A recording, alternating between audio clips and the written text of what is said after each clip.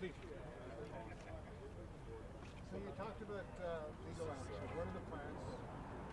Well, our legal advisor are looking at our options right now. We believe that the Supreme Court decision regarding our right to strike, it's a constitutional right, and we believe that the application of Article 107 is not valid, and we are looking at our options regarding that situation. So what would be the timing? Things seem to be moving really quick. Well, things are moving quite rapidly. I understand that this morning our group at CN signified the 72 hours notice for a strike at CN. So we will see at CN the same scenario than the one here at CP. That's first thing. And as I said, our legal team are looking at all our options right now. With regard to just the company's demands at this point, what does it mean practically for a lot of these workers? Well, for these people, it means that they're going to be away from their home more. The companies are looking for more flexibility, and keep in mind, these people are working long hours. They are spending a lot of time away from home, and we want to make sure that they have decent and reasonable working condition. The CP and CN demands would have break our collective agreement, and their demands are unacceptable, and this is why we are where we are right now. What do you have to say to people that are expressing concern about how the work stoppage is going to be, impacting the economy in the days, possibly weeks in the future? Well, it's a work stoppage. It's a work stoppage, and obviously it's going to have impact on the economy. But I want people to realize and understand that the Canadian Industrial Labour Board issued a decision 2 weeks ago that this is not essential services, and there is no emergency. And this is why we were surprised with the minister's decision yesterday, because 2 weeks ago he said, well, no arbitration and no back to work. And then suddenly, within a couple of days, he's probably under pressure from the Chamber of Commerce, from the association everywhere, that he was pressed, and he got the pressure, and he made that decision suddenly that, okay, guys, we have to force you back to work. And as far as we are concerned, this is not acceptable. The best way to have a contract is at the bargaining table. We don't believe to let a third party to decide what's going to be our working condition. We know the railway operation are very complicated. The union knows the operation.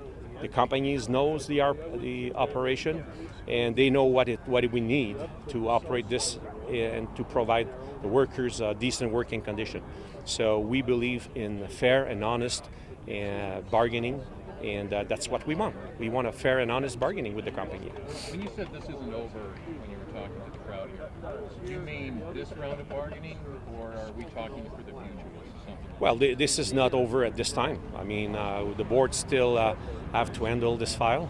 And as I said, this strike continue as far as we are concerned. We notify the CN and CP of a strike notice, and we will use our constitutional right to fight the company here. So we are here, and we're going to stay here. Will the pickets continue if CP decides that they're going to restart? Well, we have a strike, and we have a constitutional right to be here, and that's what we are exercising now. Can you give us an idea of just how far things broke off at 1201? Well, the basis of the negotiation was companies' demand, essentially concession. So we were not even negotiating. We were not even trying to negotiate unions' demand. I mean, they put offers on the table that were not even acceptable. It would have cracked down our collective agreement, and for us, it was not something that was acceptable. We want to build on those collective agreements.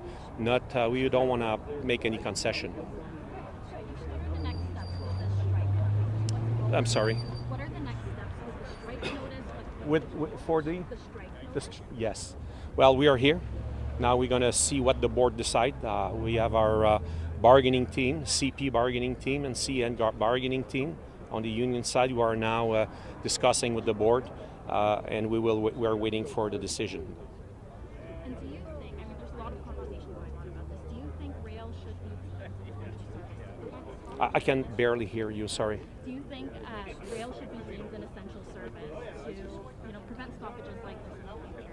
Well, the board decided it's not an essential service, and keep in mind, the employers also agreed that this is not essential service. So both sides, union and the companies, recognize that this is not essential services. Any message for your workers that are still out there thinking?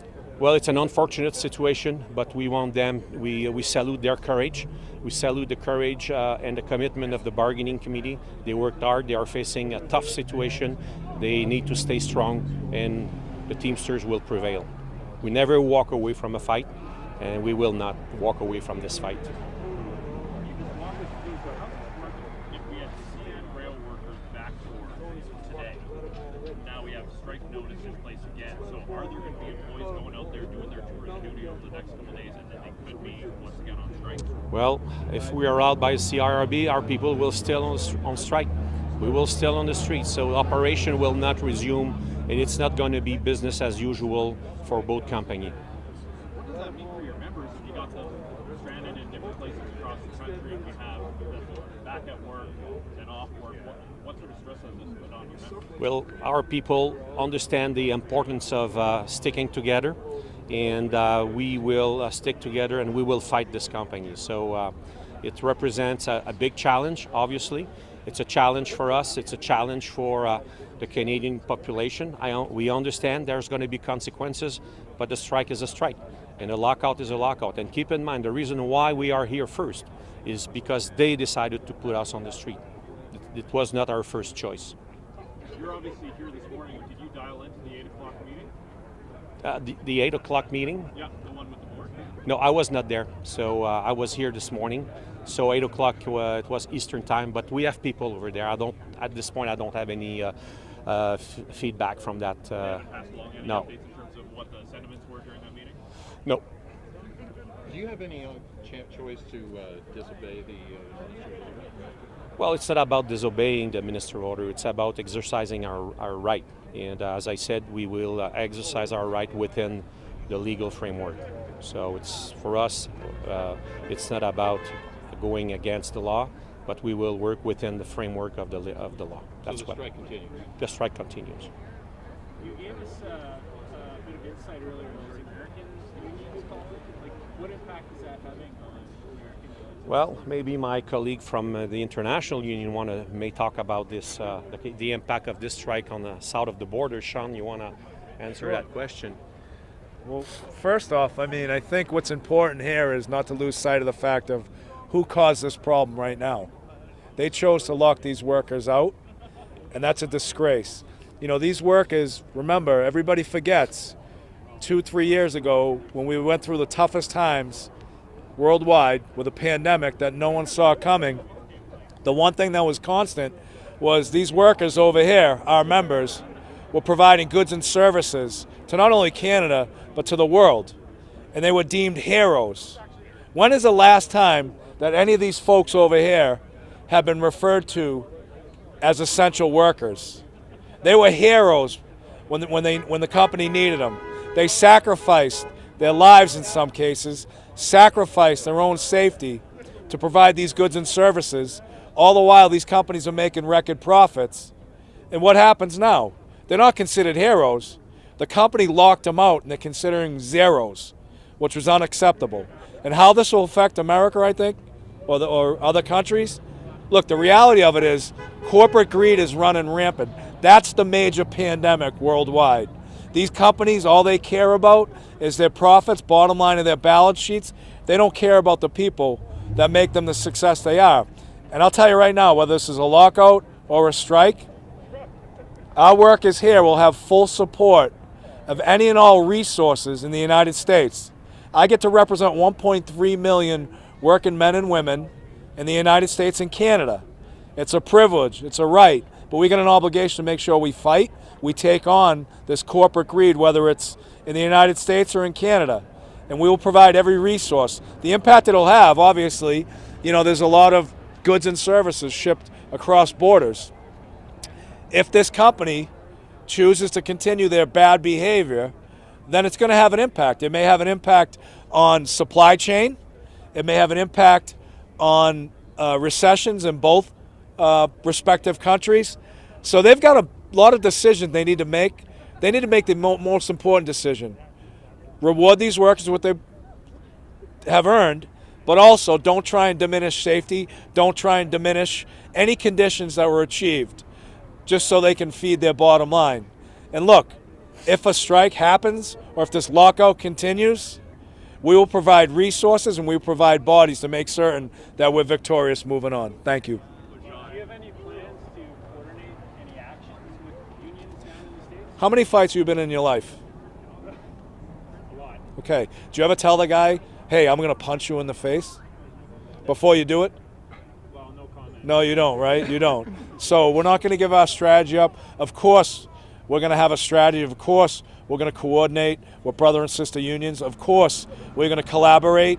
So I can't give you the details, but the reality is there will be a plan in place, and they won't like it.